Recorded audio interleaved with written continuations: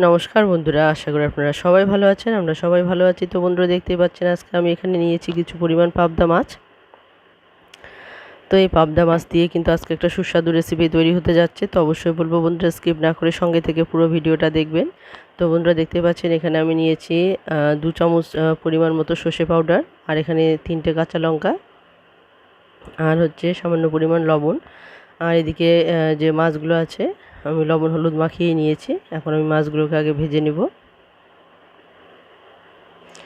তো দেখতেই পাচ্ছেন বন্ধুরা এখানে একটা সিলভার কড়াই বসিয়ে দিয়েছি, আর এখানে আমি দিয়ে দিলাম সাদা তেল। তো আজকে কিন্তু রান্নাটা সাদা তেলেই হবে।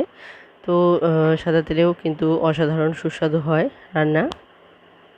তো দেখতেই পাচ্ছেন বন্ধুরা তেলটাও কিন্তু গরম হয়ে এসেছে, আর আমি মাছগুলোকে ভেজে নেব। তো যেরকম করে মাছগুলোকে আমি ভেজে নেই সেরকমভাবে ভেজে নেব। তো প্রথমে একটা মাছকে দিয়ে আমি ভালোভাবে নাড়িয়ে নেব, আর নাড়িয়ে নেওয়ার পর দ্বিতীয় আরেকটা মাছ দেব। তাহলে কিন্তু একটার গায়ে আরেকটা লেগে যায় না, আর খুব সুন্দরভাবে কিন্তু মাছগুলো ভাজা হয়ে যায় আর ভেঙেও যায় না।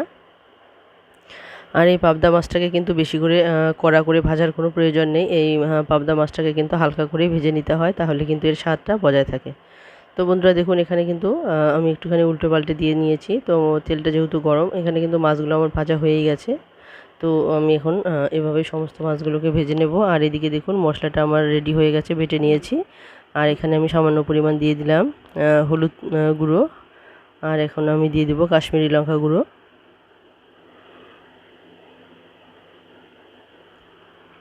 তো দেখতেই পাচ্ছেন এখানে একটু একটু করে দিলাম কাশ্মীরি লঙ্কা গুঁড়ো। তো এখানে প্রায় হাফ চামচের মতোই দিয়েছি। আর এদিকে মাছগুলো প্রায় ভাজা হয়ে গেছে। আর দেখুন এখানে যে মাছ ভাজার অবশিষ্ট তেলটা আছে এই তেলের মধ্যে কিন্তু রান্নাটা হয়ে যাবে। তো যেহেতু আমি এখানে বেটে দিয়েছি 3টে লঙ্কা, তো এই লঙ্কাগুলোর কিন্তু প্রচণ্ড ঝাল, তো যার জন্য কিন্তু আমি বেশি লঙ্কা দিলাম না। তো এখানে একটাই লঙ্কা দিয়েছি।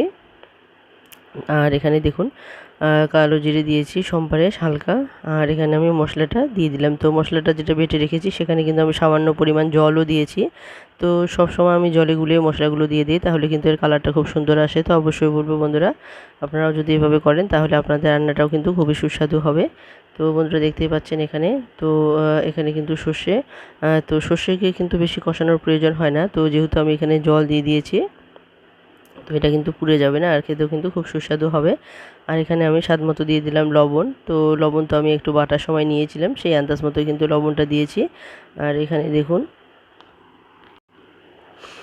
তো এখন মশলাটাকে একটুখানি কষিয়ে নেব। তো দেখুন এখানে জলটা কিন্তু শুকিয়ে গেছে, আর তেলটা এখানে ছাড়তে শুরু করে দিয়েছে। তো এখন কিন্তু আর বেশি কষাবো না, এখন আমি দিয়ে দিলাম জল। তো আমি যে আন্দাজ মতো লবণটা দিয়েছি সেই আন্দাজ মতোই কিন্তু জলটা দেব। তো বন্ধুরা দেখতেই পাচ্ছেন এখানে, তো আর এখানে জল দিয়ে দিব। তো দেখুন আর একটু জল দেওয়ার পরেও কিন্তু আমার এখানে জালটা হয়ে গেছে পুরোপুরি। তো আমি এখানে ভালো করে জলটাকে আগে ভালোভাবে ফুটিয়ে নিয়েছি, 2-3 মিনিটের মতো ভালোভাবে জলটাকে ফুটিয়ে নিয়েছি, যাতে করে কিনা ঝোলটা পুরোপুরি তৈরি হয়ে যায় এরকমভাবে। তো মানে তৈরি করে নিয়েছি ঝোলটাকে। এরপর কিন্তু আমি দিয়ে দিলাম মাছ। তো এক এক করে আমি সমস্ত মাছগুলোই দিয়ে দিব। আর মাছটা দেওয়ার পরেও কিন্তু 2-3 মিনিটের মতো একটুখানি জাল করে নেব। তো দেখুন এখানে মাছটা দেওয়ার পরেও কিন্তু 2-3 মিনিটের মতো আমার জাল হয়ে গেছে। তো এখন কিন্তু রান্নাটা পুরোপুরি হয়ে গেছে, আর আমি এখানে নামিয়েও নিয়েছি।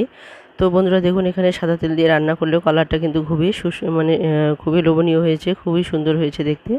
তো আমার এই রেসিপিটা আপনাদের কেমন লাগলো অবশ্যই কমেন্টে জানাতে ভুলবেন না। তো যে সমস্ত বন্ধুরা শুরু থেকে শেষ অবধি আমার সঙ্গে ছিলেন সবাইকে অসংখ্য অসংখ্য ধন্যবাদ। আর যারা নতুন দেখছেন, যারা এখনও বন্ধু হননি, অবশ্যই বলবো সাবস্ক্রাইব করে বেল আইকনটিকে ক্লিক করে রাখবেন, তাহলে যে কোনো নতুন ভিডিও আসা মাত্রই আপনাদের কাছে পৌঁছে যাবে। তো এভাবে সবসময় বন্ধুরা পাশে থাকবেন, সহযোগিতা করবেন।